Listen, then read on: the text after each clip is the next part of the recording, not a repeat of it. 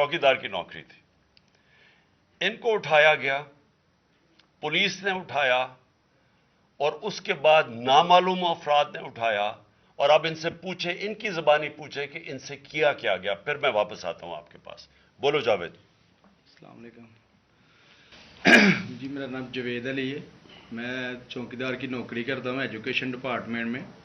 तो मुझे उधर बुलाया जाता है कॉल करके कि आप आएँ इधर और आप सैलरी अप्लाई करें और आपको जो है ना आपकी सैलरी मिले। मैं उधर गया हूँ और मुझे उधर सुबह 11 बजे से लेके तकरीबन 3-3:30 बजे तक बैठाया जाता है। आप बैठो, करते हैं। तकरीबन उधर 4 बजे के करीब 7-8 पुलिस वाले आते हैं। वो उधर से मुझे पहले हथकड़ी लगाते हैं, बाद में मेरे आंखों पे ऊपर शर्ट बांधते हैं और ऊपर चोला डाल लेते हैं कि जैसे मैं कोई दहशतगर्द हूँ। ठीक है। उधर से मुझे प्राइवेट गाड़ी में उठाते हैं और ले जाते हैं नामलूम जगह पे। उधर जाके मेरे ऊपर मार्क चढ़ा होता है, आंखें बांधी होती हैं। तकरीबन 7-8 बंदे होते हैं वो जो मुझे जाते फर्श पे लटा देते हैं और मारना शुरू कर देते हैं कि तुमने उस्मान डार ने तुमसे कितने पैसे लिए नौकरी दिलवाने के लिए। मैं कहता नहीं दिए। फिर भी मुझे दूसरी दफ़ा कभी उल्टा लटका देते हैं कि मानो तुमने उस्मान डार को पैसे दिए हैं, कॉन्ट्रैक्टर से लेके पैसे दिए हैं। जब नहीं मानता तब भी मुझे कभी सीधा लटका देते हैं, कभी उल्टा लटका देते हैं। और बाद में जब मेरे मसलन के कभी ईंट ले उधर से ईंट उठाते हैं, उसे धागे से अगर मेरे नाजुक हिस्सों में बांध देते हैं कि मानो तुम कॉन्ट्रैक्ट से पैसे लेके उस्मान डार को देते हो। कपड़े उतारते हैं, बताओ। बाद में मुझे नंगा करते हैं, कपड़े उतारते हैं, कपड़े उतार के उधर फर्श पे बिठा देते हैं कि मानो तुमने उस्मान डार को पैसे दिए। जब नहीं मानता तो फिर उधर से कहते हैं कि डाला भेजो, इसकी बीवी को उठाओ, इसके बच्चे को उठाओ और इधर उसको लाकर उसको बरहना करो, उसकी वीडियो बनाओ, फेसबुक पे डालो और ब्लैकमेल करो। तब उधर से जाके जब मेरी फैमिली आई तब मैं उधर से टूटा, उनके आगे रोया कि अब आप बताएं कि मैंने क्या करना है। उसने कहा कि आप 124 के बयान दिए और ये कमेंट मेरे कह रहे हैं कि आपने ये पैसे ठेकेदारों से लेके उस्मान डार को दिए। ये बताएं आप कि कोई ये सब चुप हो जाते थे जब कोई आता था एक आदमी? जब मेरी तो आंखें बांधी होती थी, ठीक उस वक्त जब कोई आता था उधर, कोई अफसर आता था, ये कहते थे कि बड़े साहब आ गए हैं और सब साइलेंट हो जाते थे। जब वो आता था सब साइलेंट था। अब ठीक है लगे रहो, करते जाओ, लगे रहो। ये बात मैं अब आपके सामने ये जो जावेद अली ने बात रखी, ये हर तरह हम कंफर्म कर सकते हैं। कुरान के ऊपर हाथ रखने के लिए मेरे सामने तैयार थे।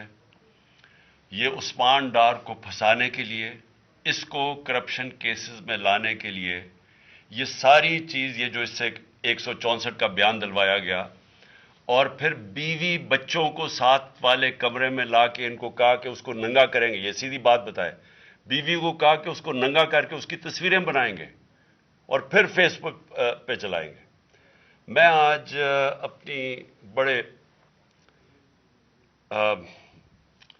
रिस्पेक्ट से मैं अपनी अदलिया से, मैं अपनी चीफ जस्टिस साहब से कहना चाहता हूं कि देखें, मैं अब से नहीं, जब से हमारी हुकूमत गई है, मैं तब से कहता रहा हूं कि हमारे बुनियादी हकूक की हिफाजत कौन करेगा। शहबाज गिल को उठाया, उसको टॉर्चर किया गया, उसको नंगा किया गया, उसको लटकाया गया ऊपर, उसको मारा गया। उससे बयान दिलवा रहे थे कि इमरान खान के खिलाफ स्टेटमेंट दो, जो इसको कह रहे थे उस्मान डार के खिलाफ स्टेटमेंट दो। उसको मैं तब भी, मैंने सिर्फ एक मेरे मुंह से निकल गई और उससे मैं निकल गई कि हम जिस जज ने उनको रिमांड दिलवाया था वापस, शहबाज गिल को वापस जेल में, जब वो टॉर्चर हुआ था, तो मैंने कहा कानूनी कार्रवाई करेंगे। मेरे ऊपर कंटेम्प्ट नोटिस किया गया, लेकिन कोई किसी ने एक कस्टोडियल टॉर्चर सारी दुनिया के अंदर मना है, कस्टोडियल टॉर्चर के ऊपर कुछ नहीं हुआ। फिर आजम स्वाति को उठाया गया और सारी कौम के सामने जो आजम स्वाति ने अपने जुबान से बताया कि उसे किया क्या गया, एक ट्वीट के ऊपर, उसका सिर्फ एक ट्वीट कर दी थी उसने कि NRO2 बाजवा ने दिया, जो सब कौम जानती है। उसके ऊपर जो उससे किया गया, फिर वीडियो भेजी गई उसकी बीवी और उसकी बेटी को। ऐसी चीजें इस मुल्क की तारीख में कभी नहीं हुई یا میں تو نہیں کبھی سنی تھی ایسی چیزیں. شاید دہشت گردوں سے ہوتی ہوں, شاید کوئی باہر کے جاسوسوں سے ہوتی ہو, غداروں سے, لیکن اپنے شہریوں کو اس طرح کرنا اس ملک کی تاریخ میں کبھی نہیں ہوا. میں نے جب مجھے گولیاں لگی, میں نے تب چیف جسٹس صاحب کو پہلے مخاطب ہوا. میں نے کہا دیکھیں, جنہوں نے مجھے یہ قتل کرنے کی کوشش کیا وہ سارے اقتدار میں بیٹھے ہوئے ہیں.